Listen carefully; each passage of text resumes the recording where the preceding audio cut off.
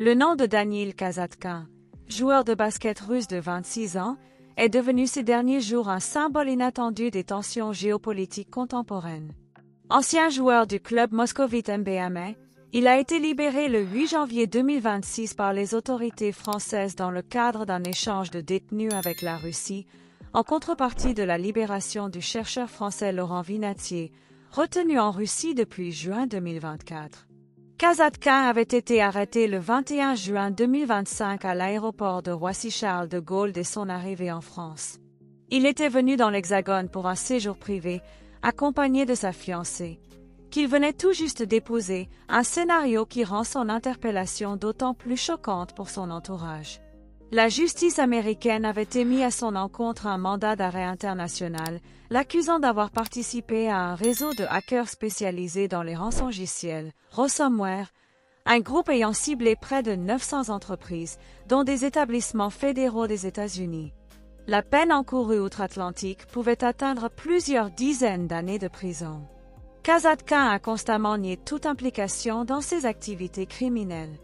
Devant la justice française, il a assuré n'avoir aucun lien avec ce réseau de hackers, soulignant même son manque de compétences informatiques. Son avocat, Maître Bello, qui défend également la famille de Laurent Vinatier, a plaidé en vain pour sa libération sous contrôle judiciaire, mettant en avant l'impact de la détention sur la condition physique du basketteur et sur sa carrière sportive. Privé de liberté pendant plus de 6 mois, Kazatkin avait naturellement vu sa carrière sportive freiner. Le club moscovite MBMA avait annoncé en juillet 2025 qu'il ne faisait plus partie de l'équipe après 4 ans, 172 matchs joués et 2 médailles de bronze en Coupe de Russie. L'échange entre la France et la Russie, orchestré le 8 janvier 2026, a permis à Kazatkin de rentrer en Russie peu après que Laurent Vinatier eut embarqué pour la France. Les deux hommes ont été filmés lors de leurs mouvements respectifs au sol, Kazatkin descendant d'un avion russe, Vinatier montant à bord du même appareil après sa libération.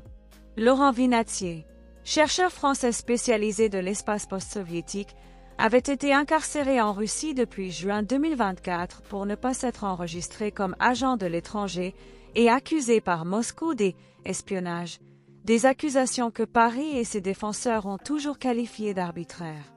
Ce type d'échange n'est pas isolé, loin de là. Depuis plusieurs années, la Russie et les puissances occidentales se livrent parfois à des négociations de haute tension autour de ressortissants détenus, souvent accusés de crimes graves. L'affaire Kazatkin-Vinatier illustre comment des individus peuvent devenir, malgré eux, les pièces d'une partie d'échecs diplomatiques aux implications internationales. Pour Kazatkin, la liberté retrouvée signifie un retour en Russie, où il pourra reprendre sa vie loin des tribunaux européens. Pour certains observateurs, cette affaire met en lumière les tensions persistantes entre justice, diplomatie et sécurité internationale dans un monde de plus en plus interconnecté.